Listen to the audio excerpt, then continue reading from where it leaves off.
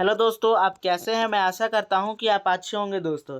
तो आज इस वीडियो में दोस्तों जेसीईआरटी क्लास 8 अर्थात झारखंड बोर्ड क्लास 8 जो विज्ञान का हमारा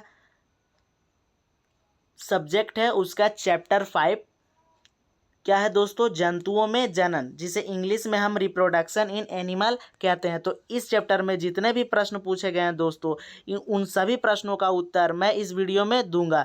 तो आप वीडियो के अंत तक बने रहें दोस्तों, ठीक है।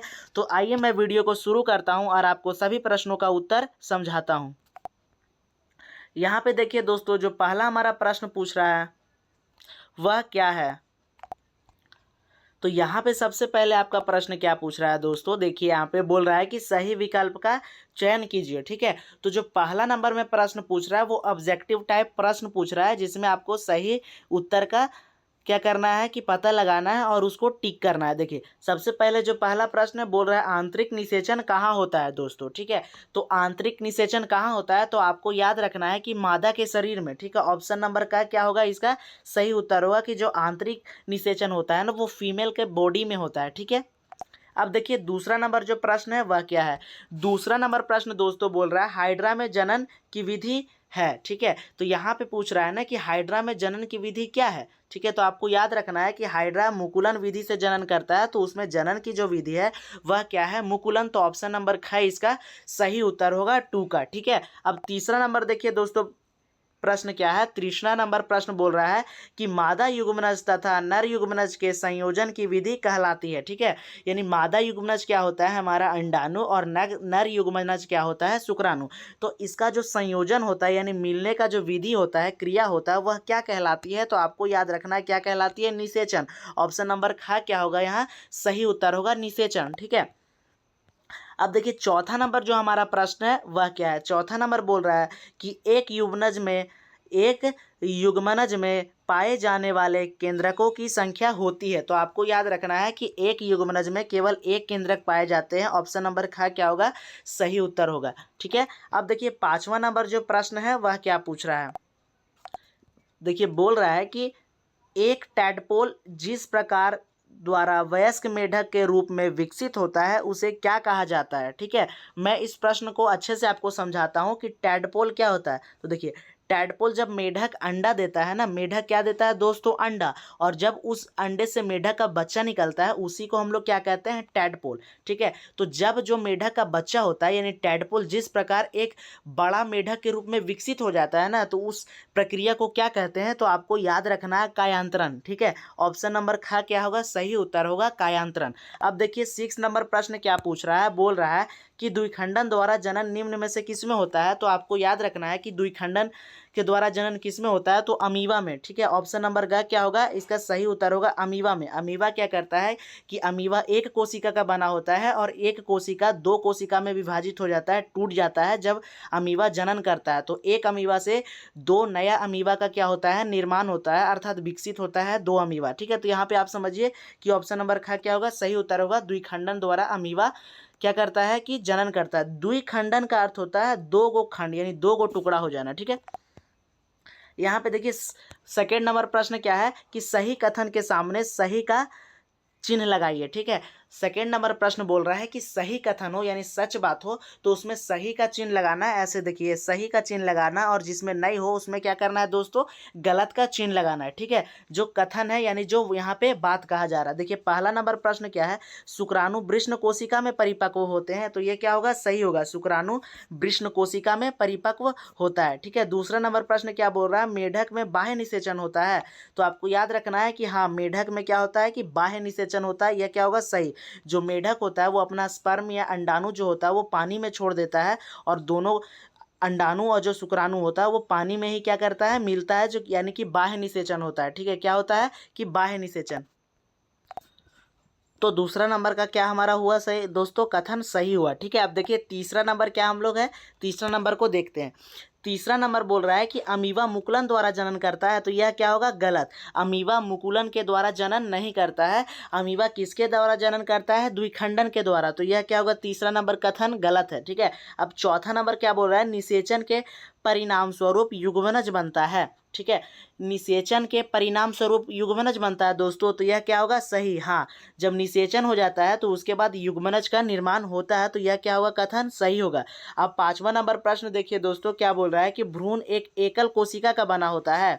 जो भ्रूण होता है वह क्या एक एकल कोशिका का बना होता है, तो यह क्या होगा, गलत। ठीक है, यह क्या होगा हमारा, रॉन्ग, गलत, 5वां नंबर। अब देखिए 3 नंबर प्रश्न को देखते हैं। तीसरा नंबर प्रश्न क्या है, बोल रहा है कि रिक्त स्थानों की पूर्ति कीजिए। यानी यहाँ पे खाली स्थान दिया हुआ है, इसको हम लोगों को क्या करना है दोस्तों, कि भरना है। ठीक है, तो देखिए मैं यहाँ पे क्या किया हूँ कि अलग अलग कलर से भर दिया हूँ। ठीक है, रेड कलर से यानी लाल कलर से मैं भरा हूँ, तो इसको ध्यान से समझिएगा। देखिए पहला नंबर हमारा प्रश्न क्या था, देखिए दिया हुआ है इसमें कि जंतुओं के नर, ठीक है, जंतुओं के नर युग्मक क्या कहलाते हैं दोस्तों, तो शुक्राणु कहलाते हैं। ठीक है, आपको पहला में क्या भरना है, शुक्राणु।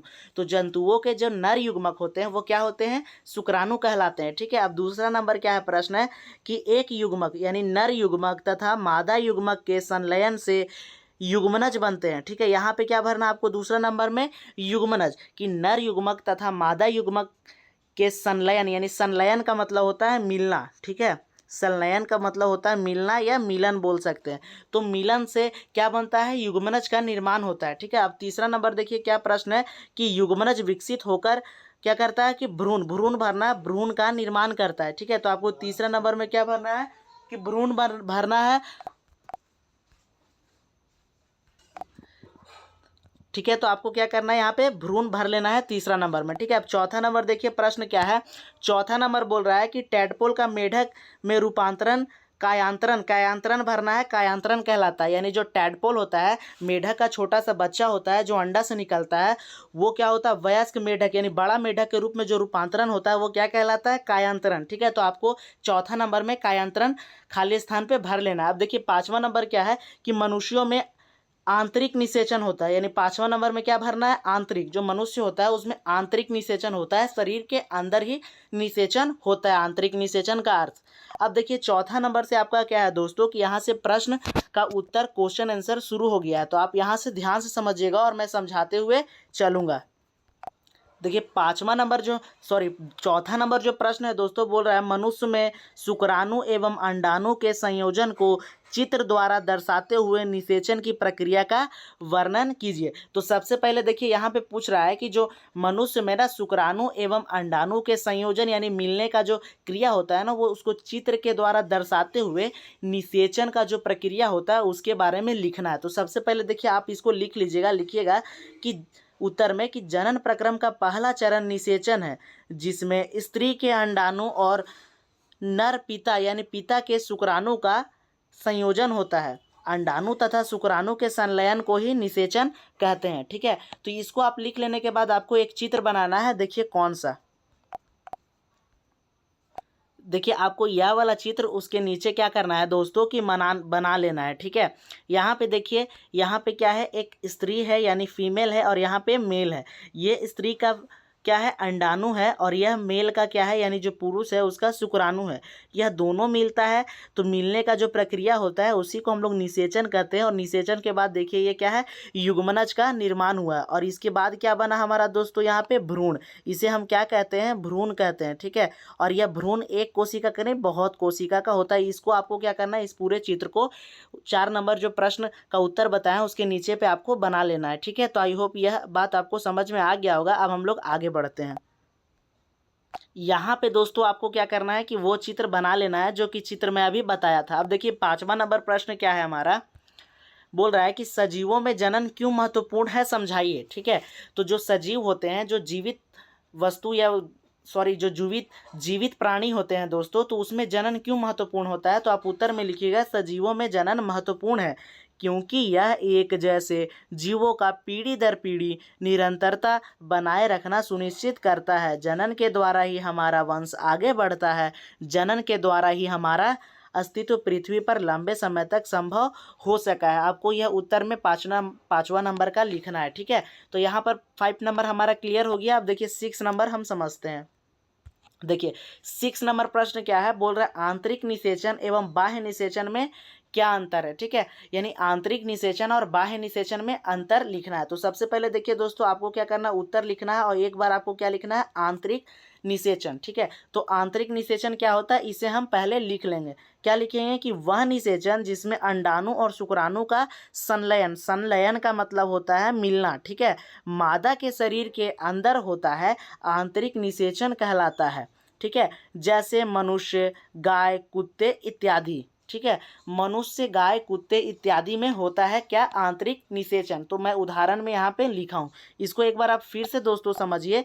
इसको फिर से आपको समझना है क्या कि उत्तर में देखिए, पहले आपको क्या करना है, उत्तर में लिखना आंतरिक निषेचन, और इसमें क्या करना है कि लिखना है कि वह निषेचन जिसमें अंडाणु और शुक्राणु का संलयन मादा के शरीर के अंदर होता है, आंतरिक निषेचन कहलाता है। जैसे मनुष्य में आंतरिक निषेचन होता है, गाय में आंतरिक निषेचन होता है, और कुत्ते इत्यादि में आंतरिक निषेचन होता है दोस्तों। यानी शरीर के अंदर शुक्राणु और अंडाणु का मिलन होता है, इसी को हम लोग निषेचन कहते हैं। अब देखिए, अब बाह्य निषेचन यहाँ पे लिखेंगे हम लोग। दूसरा बाह्य निषेचन को लिखना है, लिखना है क्या, डैश देकर परिभाषा में, वह निषेचन जिसमें अंडाणु और शुक्राणु का संलयन जंतुओं के शरीर के बाहर जल में होता है, उसे बाह्य निषेचन कहते हैं। जैसे मेढक में, मछली में इत्यादि में। ठीक है, तो बाह्य निषेचन कहाँ होता है दोस्तों, शरीर के बाहर। ठीक है, जल में होता है, जैसे जो मेढक में होता है। मेढक में कौन सा निषेचन होता है दोस्तों, बाह्य निषेचन। ठीक है, जल में मेढक क्या करता है कि अपना शुक्राणु, और जो फीमेल मेढक होती है वो अपना अंडाणु को क्या करती है, छोड़ देती है। और जल में ही क्या होता है, शुक्राणु अंडाणु से मिलता है, तो शरीर के बाहर मिल रहा है, इसलिए उसे बाह्य निषेचन कहते हैं दोस्तों। यहाँ पर देखिए, यहाँ पे बाह्य निषेचन लिखने में गड़बड़ा गया है, तो इसको आप इस टाइप से लिख लीजिएगा, सही कर लीजिएगा। ठीक है, तो आपको यहाँ पे आंतरिक निषेचन और बाह्य निषेचन समझ में आ गया होगा दोस्तों। यदि इसको समझने में थोड़ा सा डाउट होगा तो हमें कमेंट में बताइए, हम फिर से आपको समझाने का प्रयास करेंगे। अब देखिए, 7वां नंबर जो प्रश्न है वह क्या है, पूछ रहा है कि अलैंगिक जनन क्या है। ठीक है, तो अलैंगिक जनन क्या है यह आपको बताना है। तो सुनिए दोस्तों, जो किसी भी जीव में जनन करने का ना 2 विधि होता है। एक विधि को हम लोग अलैंगिक जनन कहते हैं, और दूसरा विधि को लैंगिक जनन कहते हैं। तो यहाँ पे आपका अलैंगिक जनन क्या कर रहा है, पूछ रहा है। तो ठीक है, समझिए कि अलैंगिक जनन किसे कहते हैं। तो सबसे पहले उत्तर लिखना, और लिखना क्या है, जब कोई एक अकेला जीव ही अपने संतान, संतान यानी कि बेटे को जन्म देता है, उसे अलैंगिक जनन कहते हैं। जैसे हाइड्रा में मुकुलन तथा अमीबा में द्विखंडन। यानी दोस्तों कहने का मतलब है कि अलैंगिक जनन क्या होता है, तो कोई भी अकेला जो जीव होता है ना, वह अकेला होगा, यानी कि उसमें मेल फीमेल नहीं होगा, लड़का लड़की नहीं होगा। वह अकेला जीव ही क्या करेगा, अपने संतान यानी बेटे को जन्म देगा ना, तो वह जनन का कौन सा विधि है, अलैंगिक जनन है। ठीक है, उसको अलैंगिक जनन कहते हैं। जैसे आप अभी बुक चैप्टर में यदि पढ़े होंगे तो आप देखे होंगे कि जो हाइड्रा होता है, हाइड्रा मुकुलन विधि से जनन करता है, और हाइड्रा अकेले जीव ही अपना संतान को उत्पन्न कर देता है, और अमीबा भी अकेले क्या करता है, अपना संतान को उत्पन्न करता है। एक अमीबा से 2 संतान उत्पन्न होता है। ठीक है, अर्थात एक अमीबा 2 नए नए अमीबा का निर्माण करता है। तो यहाँ पे आपको अलैंगिक जनन समझ में आ गया होगा। अब देखिए 8 नंबर प्रश्न क्या है, बोल रहा है जंतुओं में अलैंगिक जनन की 2 विधियों का वर्णन कीजिए। ठीक है, अर्थात देखिए बोल ही रहा है, मैं अभी आपको बताया कि जंतुओं में अलैंगिक जनन का कितना विधि होगा, 2 विधि होगा। अर्थात कहने का मतलब है ना कि अब अलैंगिक जनन का भी ना 2 विधि होता है जंतुओं में। अब उन दोनों विधियों को बताना है। ठीक है, तो यहाँ पे देखिए सबसे पहले उत्तर क्या लिखे हैं, जंतुओं में अलैंगिक जनन की 2 विधियाँ निम्नलिखित है। आपको इस टाइप से लिख लेना है, 2 विधियाँ क्या है, निम्नलिखित है। सबसे पहले देखिए क्या, कौन सा विधि आपको लिखना है, मुकुलन। ठीक है, 1 नंबर में कौन सा विधि आपको देना है कि मुकुलन। मुकुलन क्या है कि एक अलैंगिक जनन का विधि है। अब देखिए मुकुलन विधि से हाइड्रा जनन करता है, तो हाइड्रा कैसे जनन करता है वह समझिए। क्या बोल रहा है कि मुकुलन जनन की एक ऐसी विधि है जिसमें जनक के शरीर पर उभार की तरह संरचना बनती है, जिसे मुकुल कहते हैं। धीरे धीरे मुकुल का आकार बढ़ने लगता है, फिर मुकुल बड़ा होने पर यह जनक से अलग हो जाता है, जैसे हाइड्रा में मुकुलन। ठीक है, यहाँ पे क्या करना है कि आपको सबसे पहले मुकुलन लिखना है और डैश देना है, और परिभाषा में यह लिख लेना है, और उदाहरण में लिखना है हाइड्रा में मुकुलन।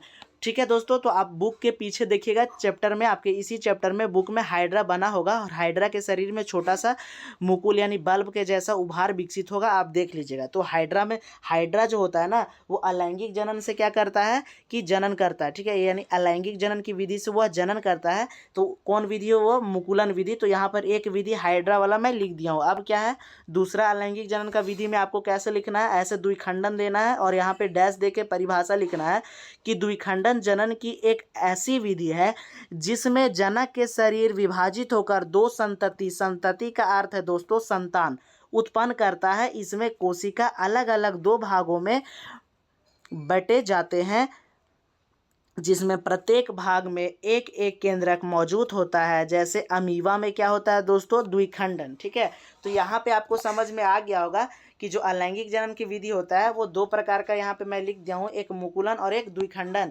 मुकुलन होता है किसमें दोस्तों? फिर से समझिए, हाइड्रा में। द्विखंडन होता है अमीबा में। ठीक है, अब देखिए यह प्रश्न यहीं पे आपका खत्म हो जाता है दोस्तों। ठीक है, अब आगे देखिए 9 नंबर प्रश्न क्या बोल रहा है। 9 नंबर प्रश्न है, माता के गर्भ में शिशु के विकास की प्रक्रिया का संक्षिप्त वर्णन कीजिए। यानी जो माता का गर्भ होता है, यानी जो एक स्त्री का जो पेट यानी गर्भ होता है, उसमें शिशु का विकास कैसे होता है, उसी प्रक्रिया को हमको छोटा में वर्णन करना है। संक्षिप्त का मतलब होता है बड़े चीज को थोड़ा सा छोटा करके वर्णन कीजिए यानी बताइए। ठीक है, यहाँ पे उत्तर में देखिए दोस्तों क्या बोल रहा है कि निषेचन के परिणाम स्वरूप युग्मनज का निर्माण होता है। ठीक है, युग्मनज विकसित होकर भ्रूण का रूप ले लेता है दोस्तों। ठीक है, और गर्भाशय में भ्रूण निरंतर विकसित होता रहता है। धीरे धीरे इसमें विभिन्न शारीरिक अंग, हाथ, पैर, सिर, आँख इत्यादि विकसित हो जाते हैं। भ्रूण की वह अवस्था जिसमें सभी शारीरिक भागों की पहचान हो सके क्या कहलाता है दोस्तों? गर्भ कहलाता है। इस प्रकार जब गर्भ का विकास पूर्ण हो जाता है तो नवजात शिशु का जन्म हो जाता है। तो माता के गर्भ में शिशु का जो विकास होता है दोस्तों इस तरीके से होता है। तो आप यहाँ स्क्रीनशॉट मारिए, इसको आपको लिखना है। ये एग्जाम के बेस पे भी बहुत ज़्यादा इंपॉर्टेंट है। ठीक है ना, यह एग्जाम में भी हो सके आपका आ सकता है और इससे ऑब्जेक्टिव टाइप भी प्रश्न बन सकता है। तो इसको एकदम ध्यान से आपको याद कर लेना है। अब देखिए 10वां नंबर जो प्रश्न है वह क्या है, अंतिम प्रश्न है हमारा 10वां। यह देखिए जो 10वां प्रश्न है 10 नंबर का, वो क्या है? दो जंतु हैं जिसमें पहले में बाह्य निषेचन होता है और दूसरे में आंतरिक निषेचन होता है दोस्तों। ठीक है, साथ ही पहला अंडा देता है, दूसरा सीधे ही शिशु को जन्म देता है। अब बता दीजिए, यानी अब उत्तर दीजिए। देखिए यहाँ पे प्रश्न दिया है और 3 को क्या कर रहा है, 3 को प्रश्न दिया, तीनों का उत्तर पूछ रहा है 10 नंबर में। ठीक है, बोल रहा है कि यहाँ पर फिर से 10 नंबर आप प्रश्न सुनिए। बोल रहा है ना कि दो जंतु है जिसमें पहले में बाह्य निषेचन होता है और दूसरे में क्या होता है दोस्तों? आंतरिक निषेचन होता है। साथ ही पहला अंडा देता है और दूसरा सीधे ही शिशु को जन्म देता है। अब हम लोग को उत्तर देना है। तो देखिए पहला नंबर क्या बोल रहा है कि यहाँ पे समझिए, पहला नंबर क्या बोल रहा है कि पहले जंतु को किस प्रकार का जंतु कहा जाएगा। ठीक है, तो पहले जंतु को देखिए दोस्तों, मैं यहाँ पर उत्तर लिख दिया हूँ। क्या लिखेंगे उत्तर में? अंड प्रजक। ठीक है, बाह्य निषेचन होता है और अंडा देता है, उसको क्या बोलते हैं? पहले जंतु को अंड प्रजक। ठीक है, अब दूसरा प्रश्न क्या बोल रहा है कि पहले जंतु के 2 उदाहरण दीजिए। ठीक है, यानी अंड प्रजक जंतु जो होता है उसका 2 उदाहरण देखिए मैं यहाँ पे लिख दिया हूँ। में एक क्या है? मछली और एक मेढक। इसका 2 उदाहरण है, एक मछली और मेढक। ठीक है, अब देखिए तीसरा नंबर क्या है? दूसरे जंतु को किस प्रकार का जंतु कहा जाएगा। ठीक है, तो दूसरे जंतु को किस प्रकार का जंतु कहा जाएगा, यानी जो आंतरिक निषेचन होगा जिस जीव में उसको क्या बोलेंगे? जरायुज। तीसरा का उत्तर आपको यहाँ पे लिखना है। तीसरा का देखिए यहाँ पे जरायुज। तो आई होप आपको प्रत्येक प्रश्न का उत्तर समझ में आ गया होगा दोस्तों। ठीक है, तो मैं आपको अपना नाम बता देता हूँ। मेरा नाम क्या है? राहुल है। ठीक है दोस्तों, आई होप कि आपको समझ में आ गया होगा। यदि आपको आगे के भी चैप्टर के उत्तर चाहिए प्रश्नों के, तो आप हमारे डिस्क्रिप्शन में लिंक या चैनल में जाके खोज के देख सकते हैं दोस्तों। तो आई होप कि आपको समझ में आ गया होगा दोस्तों। जय हिंद, जय भारत।